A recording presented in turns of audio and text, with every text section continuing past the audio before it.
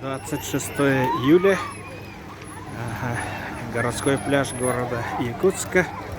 Ага. Рабочий день закончился. Вот. Ага. Вода спала. Ага. Места стало больше. Ага. Народ купается. Что, потеряли, да? Заплакали?